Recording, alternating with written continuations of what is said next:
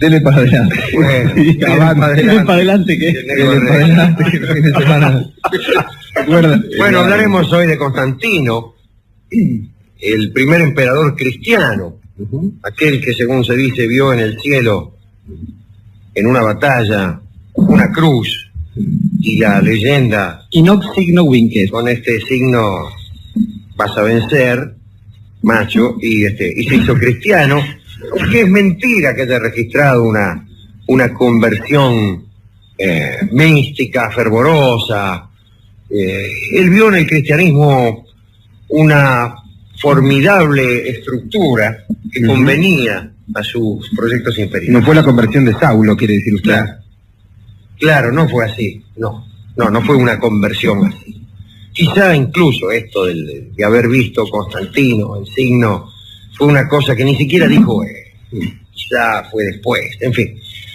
Pero ¿cómo estaban las cosas en tiempos de Constantino? Año 300 y pico después de Cristo. Bueno, había una minoría cristiana en el Imperio Romano, que estaba constituida por la población urbana. La gente de las ciudades era cristiana, la gente de los campos no. En aquel tiempo no había esta característica del mundo de hoy en que la mayoría de la población es urbana. Era al revés.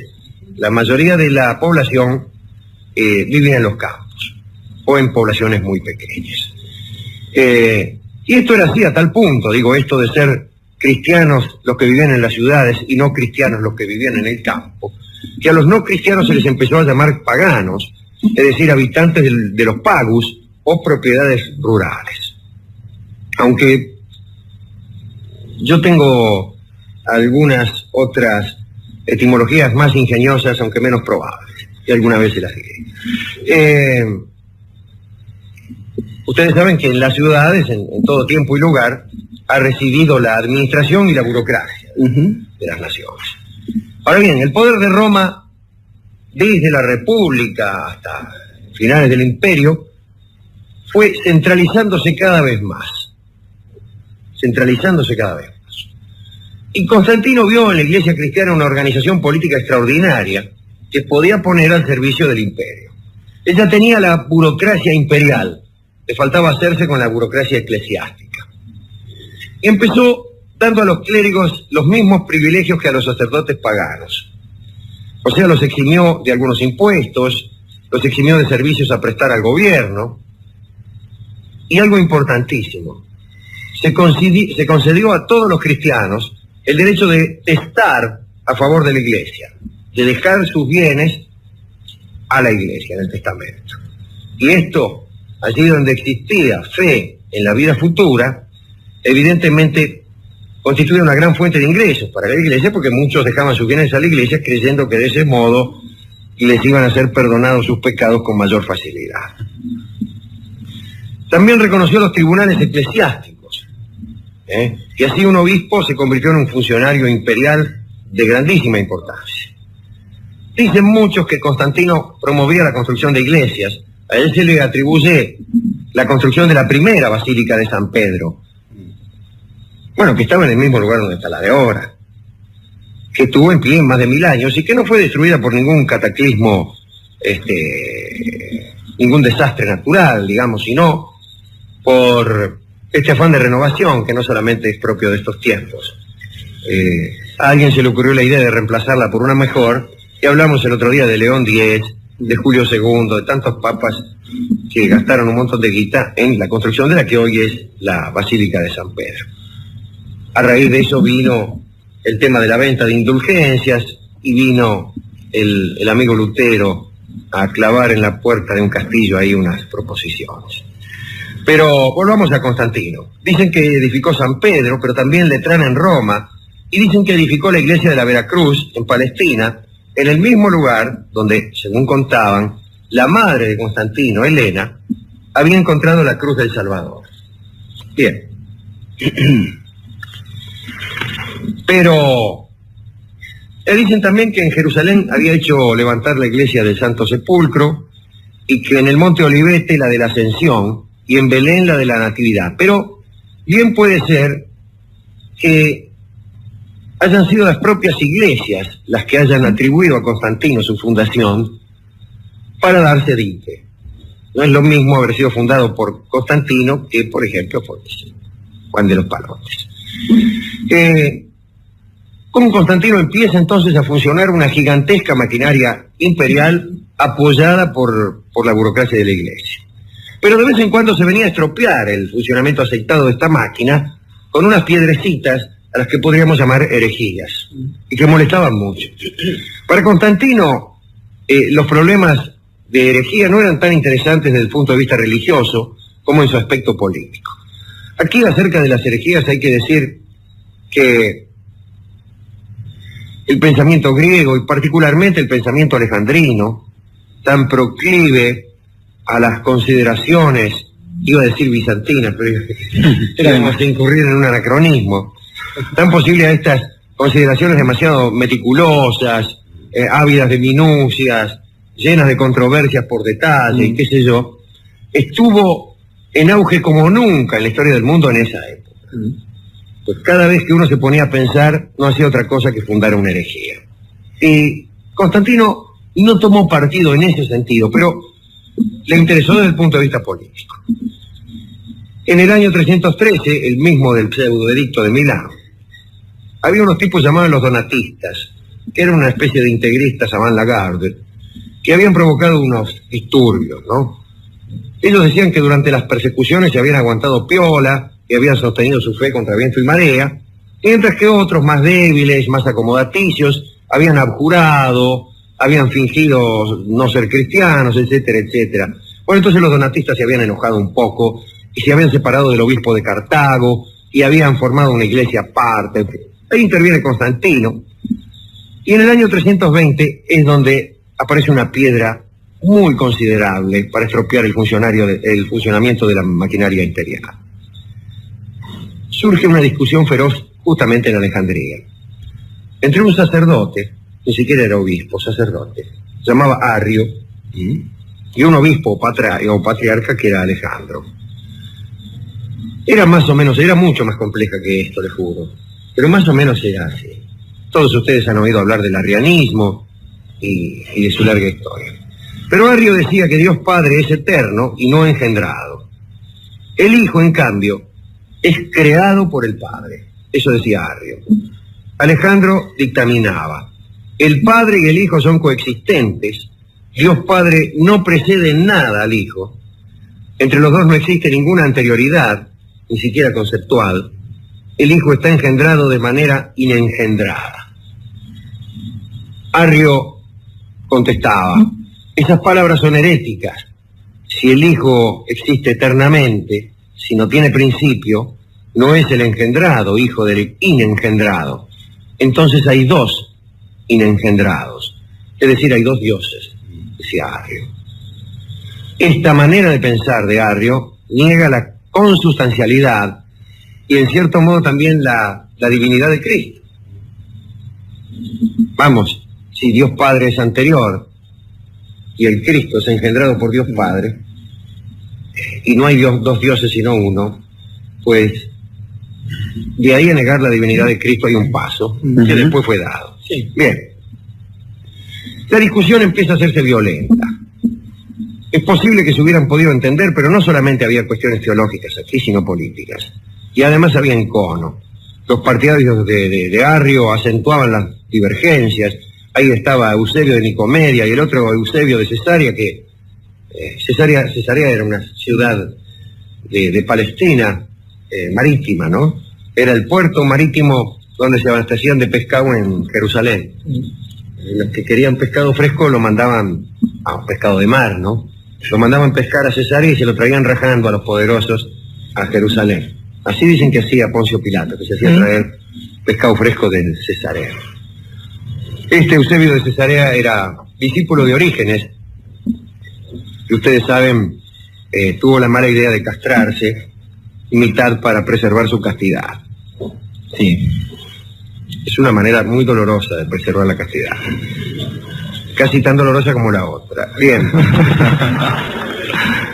Constantino, que era un político, les escribió a los dos, a Arrio y a Alejandro, le dijo: che, escúchenme, ¿no es cierto? Firmado Constantino.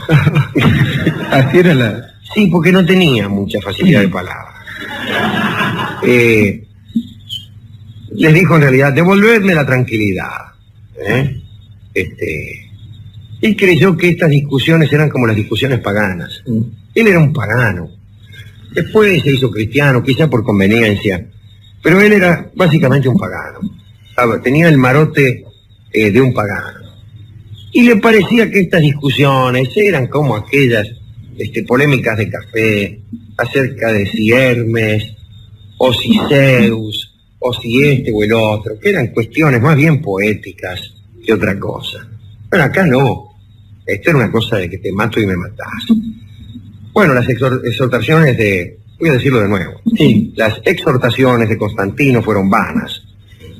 Y entonces envió a Alejandría a un obispo de considerable habilidad, que era Ocio, nacido en Córdoba. No en Córdoba, aquí en la Argentina, pero sí en otra Córdoba, en España. Digamos, mandó a un compatriota. sí. Ocio vio y dijo, mire, jefe, aquí hay que tomar medidas tajantes, pues estos tipos se van a arrancar el marote. Y Constantino convocó a un concilio. Por primera vez iba a haber una asamblea de obispos de carácter mundial. Había habido sínodos, reuniones, pero siempre de carácter pequeño, de restringida amplitud geográfica, etc. Ahora esta era la primera vez que venían obispos de todo el mundo. Y pues se reúnen. La única persona capaz de convocar esa clase de reunión era el emperador. Constantino lo hizo en realidad para mantener la paz. Pero en esta decisión se inicia para la Iglesia una era que se llama constantiniana o triunfalista y que no termina hasta 1962 con el Concilio Vaticano II. Pues bien, el concilio se reúne en mayo del 325, en Nicea, que quedaba en Nicomedia y era la capital provisional del imperio en ese momento. Multitud de obispos, se usan transportes oficiales, mayoría eran asiáticos, lo digo de nuevo, asiáticos. De las regiones latinas había 5 obispos y había también 2 representantes, 2 sacerdotes, no eran obispos, representantes del Papa Silvestre de Roma. Hubo fiesta, asado, todas esas cosas. Y Constantino se metía en la reunión. Se metía, el tipo, che, ¿qué dice? Participaba. No se sabe lo que decía porque no se conservan las actas del Concilio de Nicea, si es que actas hubo. No se tenía, lo hemos dicho muchas veces aquí, ese prurito por la exactitud o por la conservación de las palabras. No se le ocurría a nadie eso. Hay, sin embargo, una vida de Constantino, un libro llamado Vida de Constantino, del pseudo Eusebio, que habla del carácter moderador de la presencia de Constantino ahí en ese entrevero. Arrio no fue, y no fue porque no era obispo. Pero muchos de los obispos que había ahí eran partidarios de Arrio. Estaba Eusebio de Cesarea ya nombrado, que propuso una fórmula contemporizadora en vista de que quizá eran minoría los arrianos, y no le gustó a nadie eso. Y entonces aparece el héroe del concilio de Nicea, que es Ocio, el cordobés, que introduce estos términos que los que han estudiado teología conocen, ¿no? Homoousion, consustancial, todas estas cosas. Hablaba en latín y hablaba en griego, lengua que el emperador conocía mal. Constantino hablaba muy buen latín y muy mal griego. Esto es el teleclic de la historia. Y tenía una ventaja, no era tan sutil como los orientales. Por eso le gustaba mucho a Constantino. Era un tipo más llano. Los orientales se perdían en circunloquios, en perífrasis y en cosas por el estilo. Y propone una fórmula, Ocio, que es la que hoy todos conocemos. Es mucho más parecida a la de Alejandro que la de Arrio. La votan todos, los obispos menos 2. Gran aliado de Ocio fue el arcediano de Alejandría, Atanasio, que tomaría luego parte importantísima en la lucha contra los arrianos. Y entonces el concilio dice, anatema, ¿cómo le va, Ana? Sí. Anatema a los que profesan que Cristo hubo un tiempo en que no existió. Y esos eran los arrianos. si Cristo fue engendrado, hubo un momento, un tiempo, en que Cristo no existió. O los que profesan que fue sacado de la nada o que procede de otra hipostasis. O bien que el Hijo de Dios era cambiable y mudable. Bueno, excomunión para Arrio. Y aquí Constantino agrega, y por primera vez, la pena temporal de herejía. Era la primera vez que un gobierno cristiano, y además era el primer gobierno cristiano que había existido, se atribuía el derecho de castigar a los herejes, ¿no? Sentando un precedente absolutamente nefasto. Arreglaron con los donatistas, cuyo problema no era muy grande, y sentaron 20 cánones o reglas disciplinarias. Quiero contarles uno de ellos, cuya ambigua redacción da lugar a la creación o a la erección en ley de la antigua costumbre que declara que el obispo de Alejandría tiene los mismos privilegios de jurisdicción en Egipto que los que tiene el obispo de Roma en Italia. Y este no es otro que el origen de las iglesias autocéfalas actuales, cismáticas. Por este canon establecido en el 325 por el Concilio de Nicea, nace la separación de las iglesias autárquicas de Oriente, ¿no? Por ejemplo, la ortodoxa. Constantino se puso muy contento, dijo, casi todos los proyectos del diablo fueron aniquilados en este concilio, y se puso a hacer lo que a él le interesaba, que no era él. ¿Qué le importaba a él, a Arrio, y a Alejandro, y a Atanasio, y esta clase de discusiones? Él lo que quería era crear una gran ciudad, una nueva capital en el Oriente. Una capital a la que él pensaba llamar Nueva Roma, a la que sus seguidores llamaron Constantinopla, a la que después cambiaron el nombre y devino en Bizancio, y la que ahora se llama Estambul. Para que vean que no es solamente en la Argentina donde tenemos ese afán mudable de toponimias mudables. Yo siempre pensé que era solamente en la Argentina donde le cambiaban los nombres a las calles. Por ejemplo, yo he vivido en Caseros mucho tiempo y ya no sé cómo llamarle a las calles. Porque la calle Villarino es Lisandro de la Torre,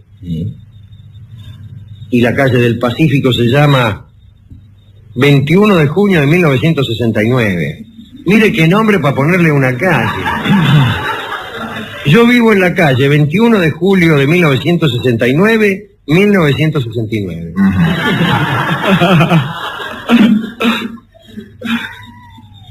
Sepan ustedes que el 21 de junio de 1969 fue el día en que el hombre pisó la luna por primera vez. Se ve que había en algún tiempo en Caseros ediles progresistas y amantes de las novedades. Cargados de imaginación, además. Cargados de imaginación, ya que no de sentido poético, porque es mucho más lindo vivir en la calle del Pacífico. Es un bello nombre, sí, que no en la impresentable calle 21 de julio de 1969. Imagínense que una mina les pregunte a uno en la milonga en qué calle vive. Yo no se lo digo. No se lo digo. Puede llegar a interpretar cualquier cosa, claro, ¿no? Por la música fuerte, digo, se escucha. Sí, no, pero no le preguntaron su fecha de nacimiento, sino dónde vive. O por el año. Claro, la mina dice, pero este está loco. ¿Y cuándo nació? En Bulnes.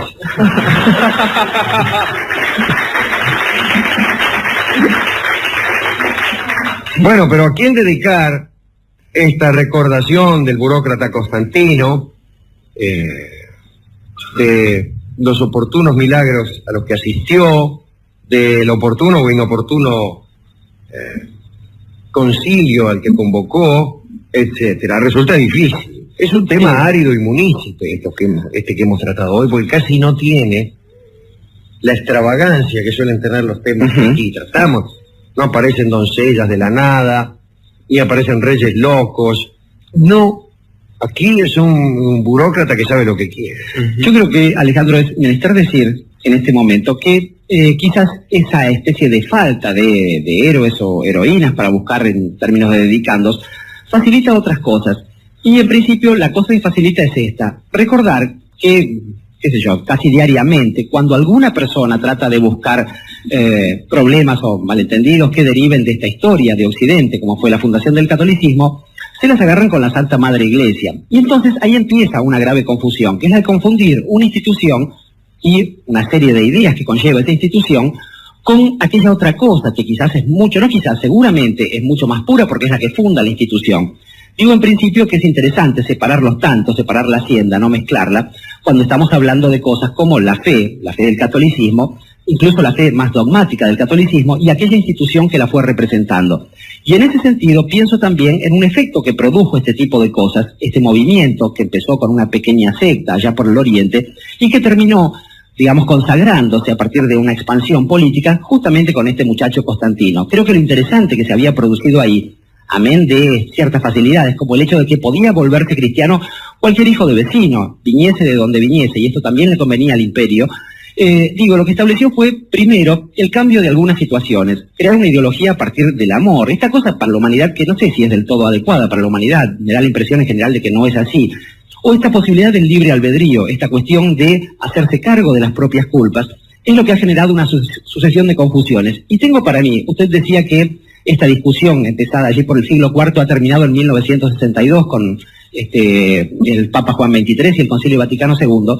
Creo que no ha terminado del todo en términos de aquellos que siguen cierto tipo de dogmas, cierto tipo de ideas. Esto es, me da la impresión de que muchas de esas discusiones siempre han quedado perdidas en alguna especie de oscuro recinto en el Vaticano en los últimos tiempos, en algún palacio imperial antes, y que en general lo que sí sigue funcionando son aquellas 3 o 4 ideas que dieron vuelta en algún momento a la historia del mundo para permitir pensar fuera justamente de ciertos cánones o ciertas cosas que hacían muy parecidos a los hombres y a los animales. Pienso que sí, hay un dedicando posible, porque hemos visto muchas cruces de palo, hemos visto muchas cruces de plástico, hemos visto muchas falsas cruces, y hay una sola que sigue funcionando, a pesar incluso de los burócratas, más allá de que uno crea o no en ciertos misterios o en cierto tipo de operaciones que después se pueden discutir. Parece único dedicando posible, entonces, es que todavía podemos seguir pensando de otro modo, según venía la vía, la historia de la humanidad, y quizás teniendo la esperanza de que en algún momento esas cosas funcionen no tanto en las instituciones como en aquellos que sí se hacen cargo de su propio destino y que piensan en una ideología nacida hace tanto tiempo y todavía no del todo comprendida. Atahualpa Yupanqui canta: he visto cruces de palo.